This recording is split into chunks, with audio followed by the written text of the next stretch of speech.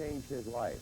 He had spotted an attractive American woman by the name of Betsy Drake, whom he had seen in Deep Are the Roots on the London stage. He asked his friend, Merle, to invite the woman to lunch because he, Cary Grant, was too bashful to ask himself.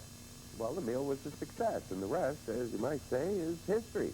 After returning to Hollywood, Cary Grant and Betsy Drake continued to see one another.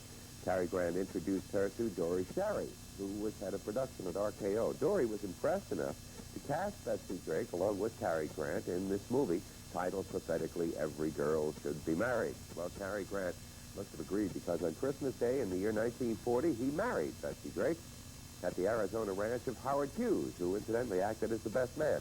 While you're watching Every Girl Should Be Married, remember that Betsy and Cary were not yet married in real life. They're just going through the first stages of being in love, and I think it comes across on the screen. So here's a comedy you can enjoy on two levels. The story you can see unfolding on the screen, and the one you now know is going on behind the scenes. Here are Cary Grant and Betsy Drake in Every Girl Should Be Married.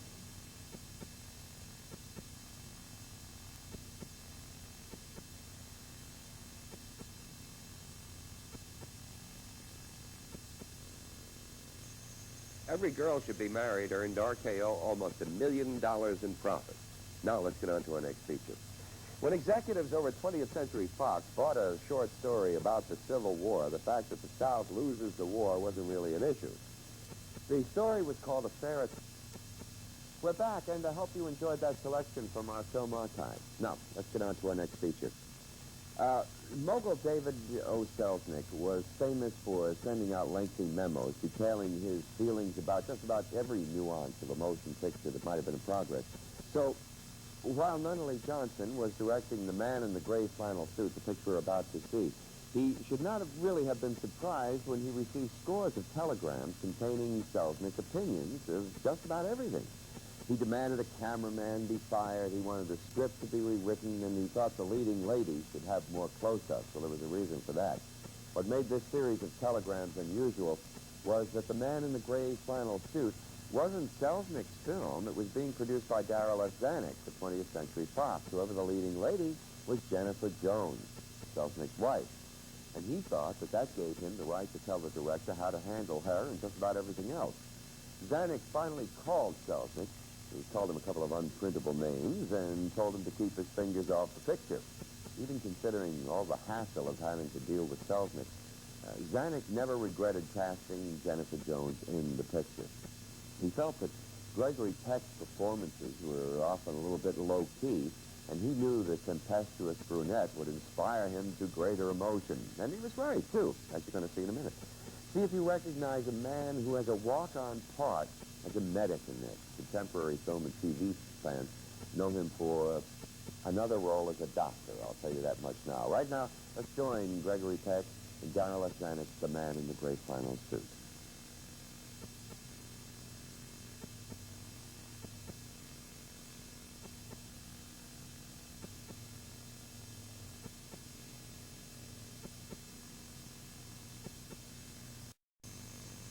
Before we talk about the featured players and The Man in the Gray Flannel Suit, did you recognize the young actor who had a walk-on as a medic? I asked you this one before.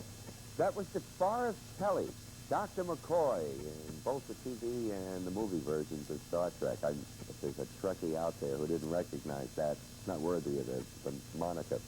Looking over the rest of the cast, I can only say that Darrell F. Zanuck was certainly a persuasive man to have talked so many major stars into accepting all those small roles. Two-time Oscar winner Frederick March accepted third billing, and Anne Harding made her first picture in years.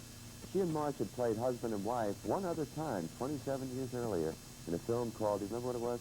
Called Paris Bound. In support, we also had Lee J. Cobb, who became an actor literally by accident, really. He had been a child prodigy with his violin and was expected to become a virtuoso, but he had broken his wrist, and that ended his musical career. TV fans may remember him, of course, as Judge Garth on the TV Western The Virginians. This was one of the last films for Jean Lockhart, whose daughter June became the model of American TV motherhood on Lassie. We'll be right back.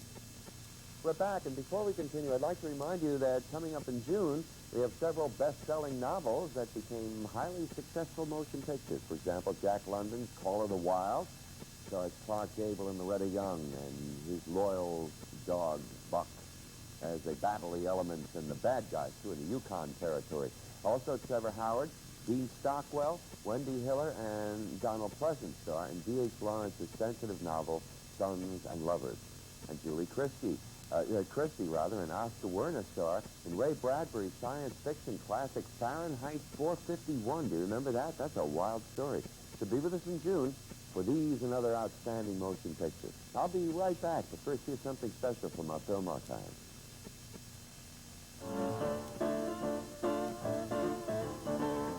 American Movie Classics presents Shortcut, highlighting the best short features from Hollywood's golden era.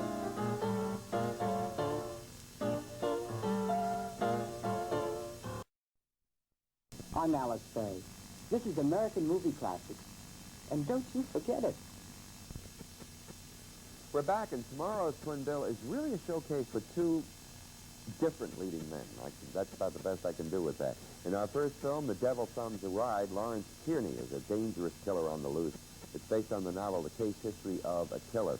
It's a perfect vehicle to promote Tierney's tough guy image. Ted North and Nan Leslie are the co-stars. Then Gregory Peck is back.